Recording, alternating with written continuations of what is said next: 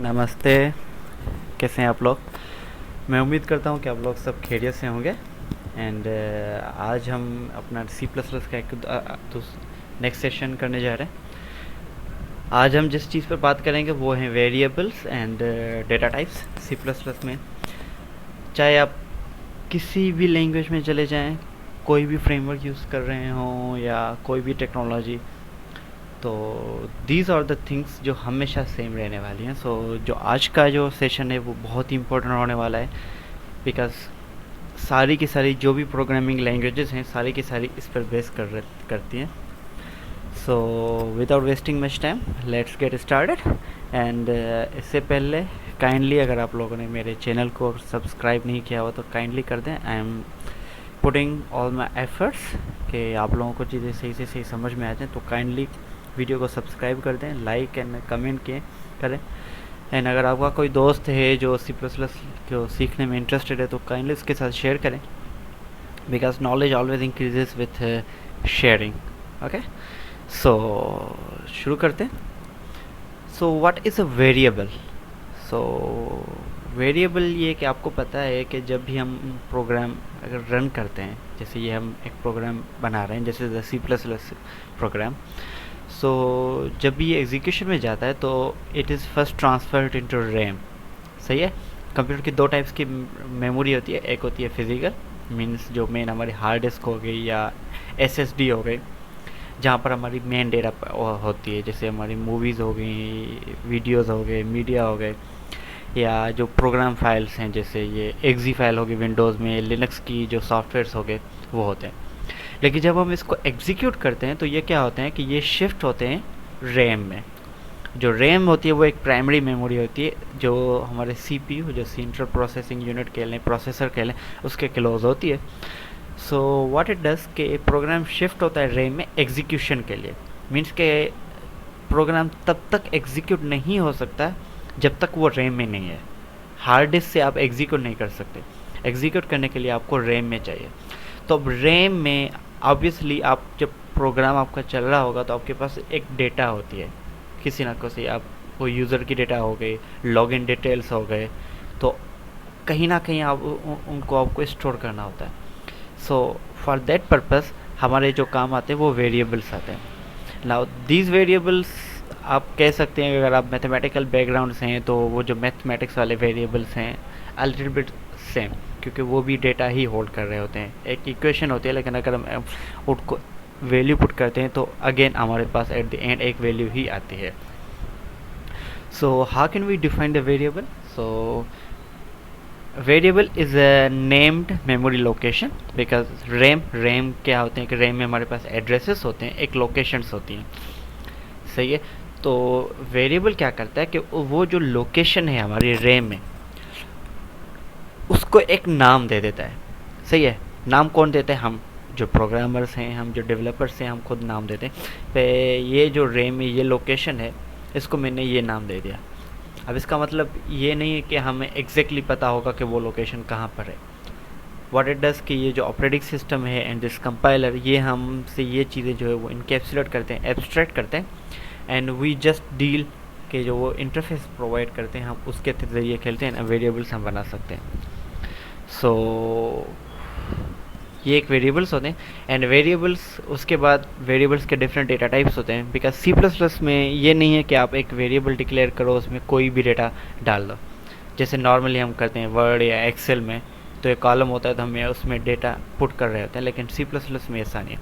सी plus plus में जो variables होते हैं कि जो आप रैम में डेटा स्टोर करोगे उसको आप बता रहे होते हो पहले ही कि आप कौन सी डेटा स्टोर करने वाले हो।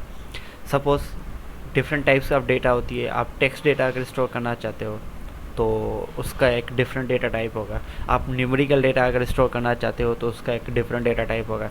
अगर आप एक डिसीजन के हिसाब से खेलना चाहते हो कि ये जो डिसीजन है ये सही है या गलत है, तो उसका एक अलग डेटा टाइप है।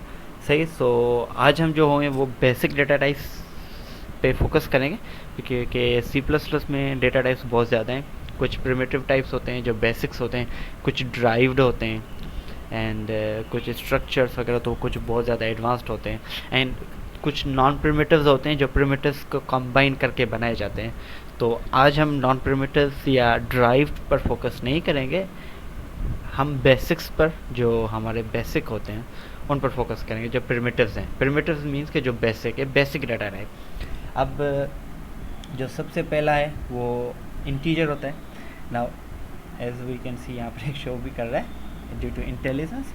अब इंटीजर को डिक्लेयर करने का तरीका ये है कि आप सबसे पहले डेटा टाइप लिखोगे, सही है। सो this is int is for integer, कि आप जो डेटा टाइप डिक्लेयर कर रहे हो वो इंटीजर होगा। एंड उसके बाद आप नाम देते हो डेटा टाइप का।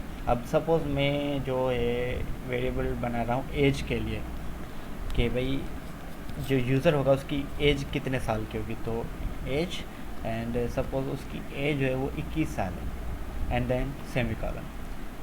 सो this is the way to declare and define the variable. Now आप अभी सपोज हमें नहीं पता कि इसकी एज क्या है, तो यहाँ पर तो मैंने एज डिक्लेयर भी की एंड उसको वैल्यू भी देती है। लेकिन अगर मुझे नहीं पता तो मैं इसको यहाँ पर भी छोड़ सकता हूँ, एंड नीचे आकर मैं इसको दे सकता हूँ कि भाई age is 21 years old। This is perfectly fine, there is nothing wrong in this code. So अगर इसको मुझे प्रिंट करना हो मुझे, तो हम यहाँ पर इसको ऐसे कर सकते हैं एंड इसको यहाँ पर लेके आ जाते हैं। एंड नाउ आपको उस दिन मैंने सिखाया था कि रन कैसे करना है ये। So here it is. जैसे आप देख सकते हैं कि एज एक वेरिएबल था हमारे पास, एक memory location, named memory location है, उसमें जो मैंने वैल्यू पुट की थी, स्टोर की थी, वो 21 थी। And now we can see कि यहाँ पर जो डेटा है वो 21 प्रिंट होकर आ रहा है, right. So this is N integer. अब जो रैम होती है, ऑब्वियसली हमें पता है कि जो बेसिक उसका यूनिट होता है वो बिट होता है एंड देन बाइट्स होते हैं, राइट। तो जो इंटीजर होता है वो 8 बाइट्स या 4, I don't exactly remember the size, लेकिन ऑब्वियसली जो डेटा टाइप्स है ना, वो डिफरेंट डेटा टाइप्स एक डिफरेंट साइज़ या लेंथ स्पेसिफाई करते हैं कि भाई मैं इतनी लोकेशन लूँगा रैम में सब। अब ये तो होगी सिंपल एज यहाँ पर। अब अगर आप लोग चाहते हो कि भाई मैं उसका वेट, अब यूज़र होगा तो उसका वेट भी होगा, अब वेट स्टोर करूँगा, लेकिन आपको पता है कि वेट जो होता है वो किसी का 45 किलो हो गया, किसी का 45.5 हो गया, 44.5 कह लें, राइट। तो वो इंटीजर नहीं होता है। अगर आप लोगों को थोड़ी बहुत मैथमेटिक्स के सिंपल कवानीन अगर पता है, तो इंटीजर वैल्यूज़ मीन्स के होल नंबर्स, जैसे 21 हो गया, 22 हो गया, 23 हो गया, 50 हो गया। डेसिमल्स में ये नहीं कर सकते हम इंटीजर। अगर हम डेसिमल में डालेंगे भी, सपोज अगर मैं यहाँ पर 21.5 कर लूँ एंड रन दिस कोड, अब यहाँ पर देख सकते हैं दिस इज़ 21, लेकिन मैंने तो 21.5 डाला था। तो सी प्लस प्लस क्या करता है कि जो इंटीजर होता है तो वो उसको इंटीजर ही देता है, तो 0.5 इसने उड़ा दिया। अब इसको रिजॉल्व करने के लिए मैं क्या कर सकता हूँ, इसको मैं एक और डेटा टाइप होता है जिसको हम फ्लोट कहते हैं, right. So this is a float. अब ऑब्वियसली मैं एज स्टोर नहीं कर रहा, मैं यहाँ पर कर रहा हूँ कौन सा, वेट।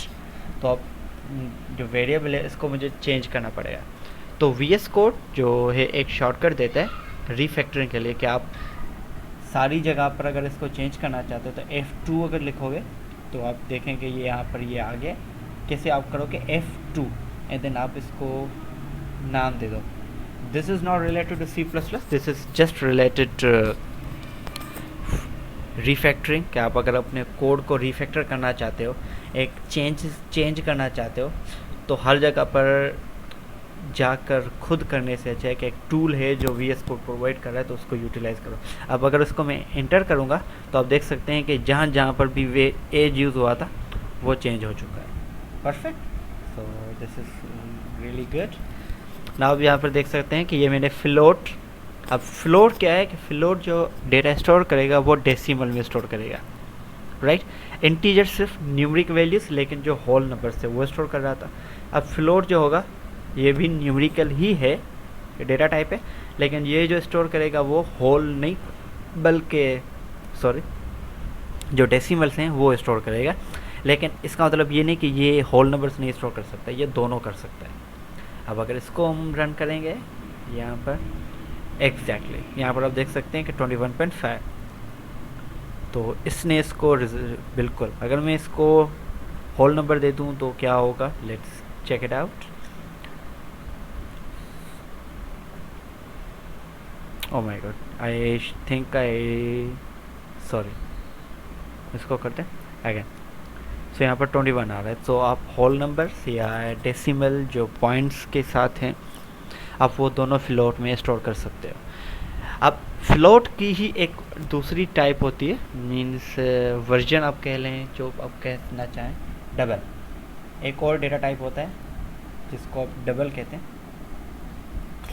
ये सेम ही है, जैसे फ्लोट काम करता है सेम ऐसे ही काम करता है, लेकिन अगर आप लोगों के पास जो डेटा है अगर उसकी साइज़ बहुत बड़ी है, जैसे मैंने कहा ना कि जो डेटा टाइप्स हैं उनकी एक स्पेसिफिक साइज़ होती है, जैसे इंटीजर 4 बाइट्स लेगा, फ्लोट 8 बाइट्स लेगा, तो जो डबल होगा तो डबल फ्लोट से ज़्यादा साइज़ लेता है। अब इसकी ज़रूरत हमें क्यों पड़ती है कि अगर आप लोग एक मैथमेटिकल कैलकुलेशन से या फिज़िक्स में जो एक्सपेरिमेंट्स जैसे होते हैं ना, तो उनकी वैल्यूज़ जैसे कॉन्स्टेंट्स होते हैं तो उनकी वैल्यूज़ बहुत ज़्यादा बड़ी होती हैं या बहुत ज़्यादा छोटी होती हैं, राइट, लेके एक्सपोनेंशियल पावर्स में होती हैं। तो ऐसी जो डेटा है ये ना तो इंटीजर अफोर्ड कर सकता है ना ये फ्लोट अफोर्ड कर सकता है, तो इसलिए आप ये मोस्टली या तो डबल यूज़ करोगे, या फिर अगर इंटीजर है तो इंटीजर में एक और टाइप होता है जिसको आप लॉन्ग कहते हैं। सॉरी अबाउट दिस, ये long is also a data type, and यहाँ पर आप उसका नाम दे दोगे तो नेक्स्ट वैल्यू, एंड यहाँ पर आप वैल्यू दे दो जो भी है, right. Now so double and long is for integers and double is for float. अगर फ्लोट की वैल्यू बहुत ज़्यादा बड़ी है एंड फ्लोट में आप उसको नहीं समझ सकते तो आप यहाँ यूज़ कर सकते हो इधर लॉन्ग फॉर इंटीजर्स या होल नंबर्स जो हैं वो, एंड डबल्स अगर आप डेसिमल के साथ काम कर रहे हो जो पॉइंट्स के साथ वैल्यूज़ होती हैं, राइट। सो ये डेटा टाइप्स थे हमारे न्यूमेरिकल डेटा के साथ काम करने के। अगर आपके पास न्यूमेरिकल डेटा है और आप उनको स्टोर करना चाहते हैं किसी वेरिएबल में, राइट, तो अभी तक हमने ये चीज़ सीखी कि वेरिएबल को डिक्लेयर कैसे करें। पहले वेरिएबल होता क्या है, so variable is a memory location, which memory location, named memory location. तो वेरिएबल को आपने एक नाम दिया हुआ है, जैसे यहाँ पर वेट है, एज हो गई, नाम हो गया, कुछ भी हो गया, right. So this is a named memory location. Location होगी कहाँ पर, रैम में। ये जो भी आप वेरिएबल डिक्लेयर करोगे वो कहाँ पर होंगे, रैम में। रैम में कहाँ पर होंगे वो ऑपरेटिंग सिस्टम एंड कंपाइलर को पता, वो हमें नहीं पता। हमारा काम ये है कि भाई हमें एक वेरिएबल चाहिए डेटा स्टोर करने के लिए, वो कहाँ पर स्टोर करेगा, दैट इज़, ये हमारे सर का दर्द नहीं है। बीइंग सिंपल, खुद को आसान करेंगे। एंड इसके बाद सपोज आप कैरेक्टर्स के साथ खेलना चाहते हैं, राइट। अगर आप चाहते हैं कि सपोज ग्रेड्स हो गए, राइट, यूज़र्स मार्क्स होती हैं, मार्क्स आपने स्टोर कर दी यहाँ पर, राइट, डबल एंड इसका marks. Sorry about this, again आप इसको चेंज कैसे करेंगे, जैसे F2 and then marks, because 3 बार जगह पर यूज़ हो चुका है तो मैं हर जगह पर जाकर खुद चेंज नहीं करना चाहता। So what it will do, नहीं कर रहा, वाई, ओके, अप्लाई, यहाँ पर ये ओके अप्लाई हो गया, राइट। सो ये मार्क्स।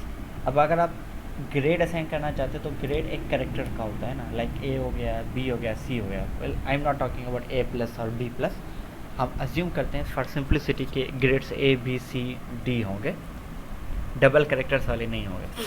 तो इसके लिए सी प्लस प्लस में एक और डेटा टाइप है जिसको आप कैरेक्टर कह लो या चार कह लो। सो दिस इज़ अ चार। नाउ चार आप एक ग्रेड बना रहे हो, वो हो गया आपका ए, राइट। नाउ आप देख सकते हैं कि जो कैरेक्टर है वो सिंगल कोट्स में होंगे। चार is a data type, grade is again the variable name, and ये इसकी वैल्यू है। नाउ अगर इसको मैं डबल कोट्स में दे दूंगा, वेल इनिशियली हम इसको देखते हैं कि आउटपुट या क्या आएगा, लेकिन ये चार सी प्लस प्लस में बहुत मज़े की चीज़ें, ये आप लोगों को कभी कभार बहुत ज़्यादा हैरान कर लेता है ना। इसको जब हम एग्जीक्यूट करेंगे, सो वेल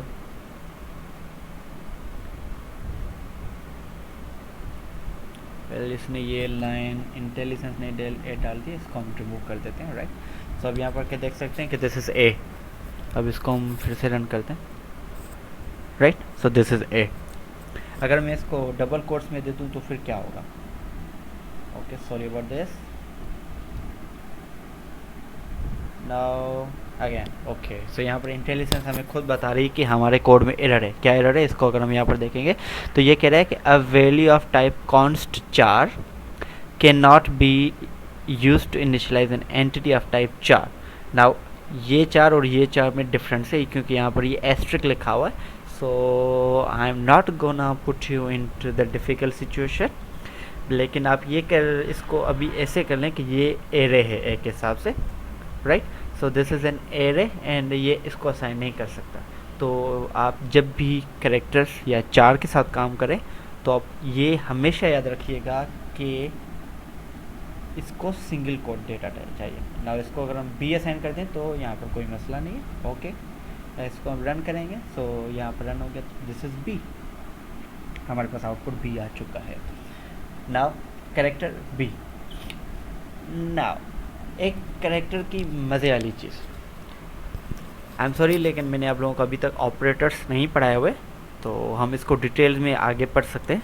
लेकिन character is also integer, right. अब आप कहोगे कि ये क्या मजाक है सही है। सो सी प्लस प्लस में जो कैरेक्टर है वो उसका जो बैकएंड होता है वो इंटीजर ही परफॉर्म करता है।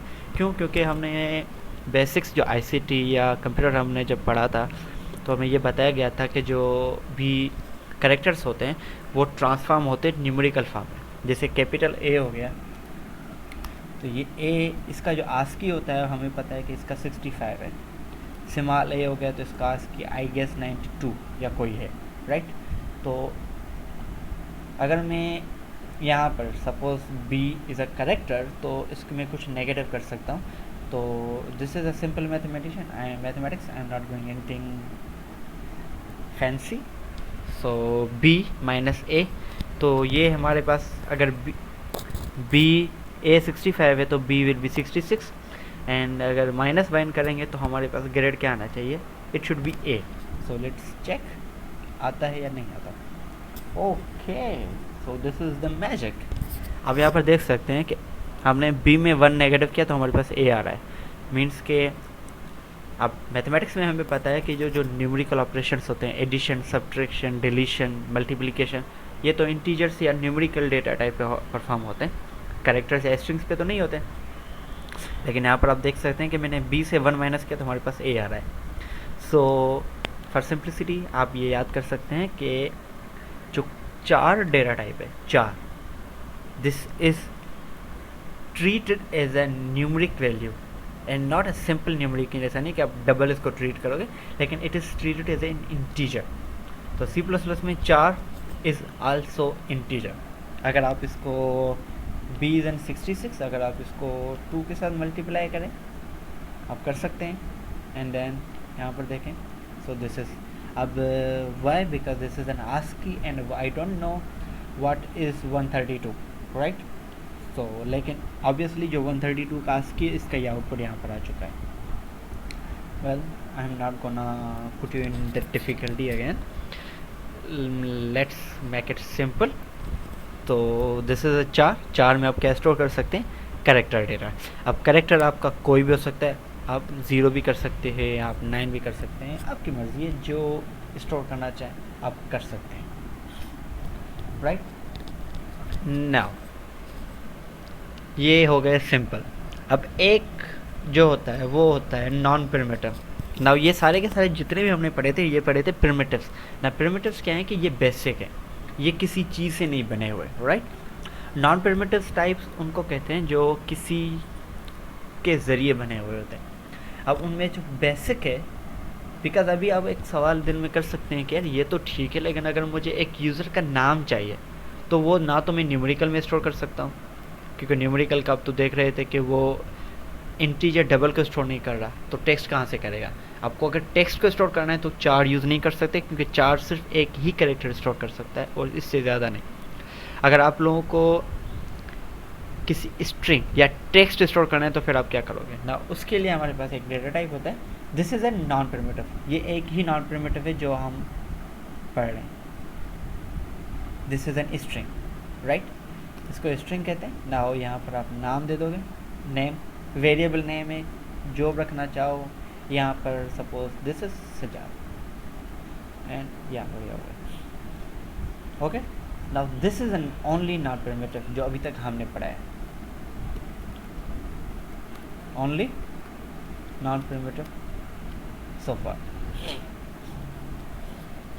Sorry, right. नाउ अगर यहाँ पर हम इसको आउटपुट करना चाहें, so C out name control alt N, so this is set. Now ये जो डेटा टाइप है, again string is a data type, string data type है। यहाँ पर हमने इसको वेरिएबल का नाम दे दिया नेम एंड देन इसको वैल्यू असाइन कर दी सजाद अली। अगेन हम इस तरह से भी कर सकते हैं, जैसे हमने यहाँ पर डबल मार्क्स बनाया था एंड देन उसको वैल्यू दी थी, we can do same like this. And एक कुछ और टर्म्स होती हैं वो आप लोगों को मैं बता देता हूँ। तो ये जो वे है इसको आप कहते हैं डिक्लेयर करना, declaring the variable, like this is just a fancy way कि आप यहाँ पर क्या कर रहे हो कि आप वेरिएबल को डिक्लेयर कर रहे हो, एंड यहाँ पर आप क्या कर रहे हो, इनिशियलाइज कर रहे हो।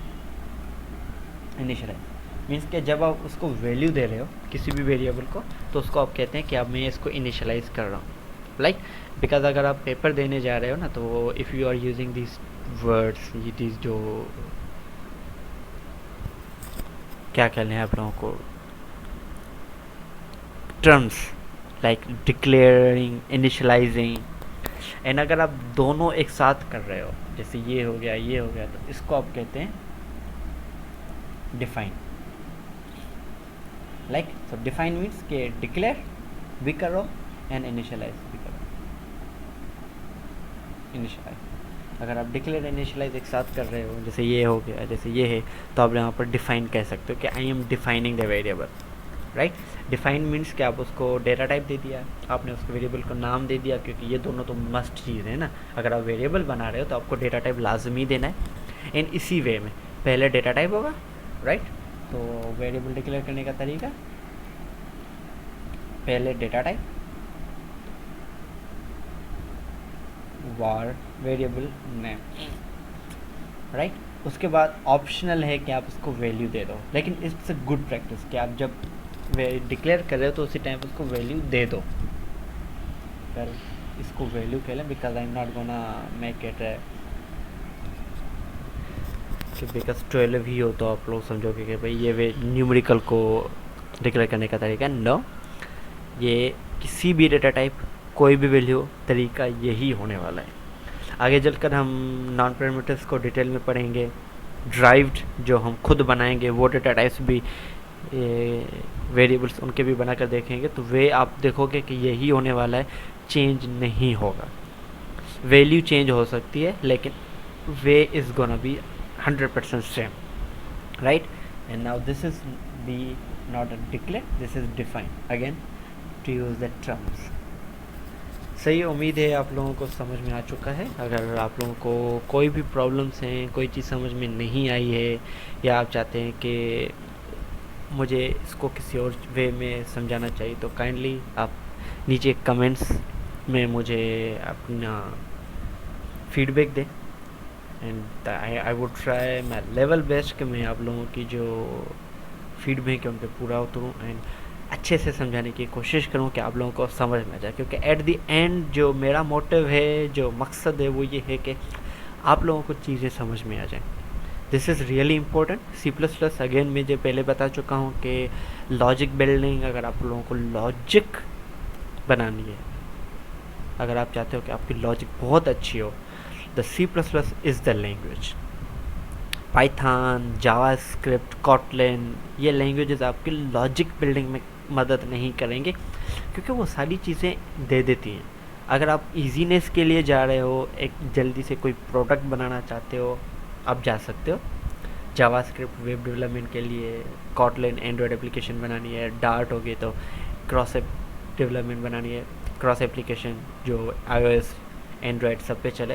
लेकिन अगर आप चाहते हो कि मैं लॉजिक मेरी अच्छी हो, एंड एडवांटेजेस कि अगर आप सी प्लस प्लस में चीज़ें सीख रहे हो तो फिर आप ऑटोमेटिकली उनको उन जो दूसरी लैंग्वेज हैं उसमें शिफ्ट कर लोगे, right. So that's all from my side, and eight the and जो बहुत इम्पोर्टेंट है वो ये कि काइंडली चैनल को सब्सक्राइब करें, एंड वीडियो को लाइक करें, शेयर करें अपने दोस्तों के साथ, अपने सर्कल में, अपने क्लासमेट्स के साथ, because you know sharing knowledge is very important. सही है, खुदा हाफिज़, अल्लाह ने के बाद, नमस्ते।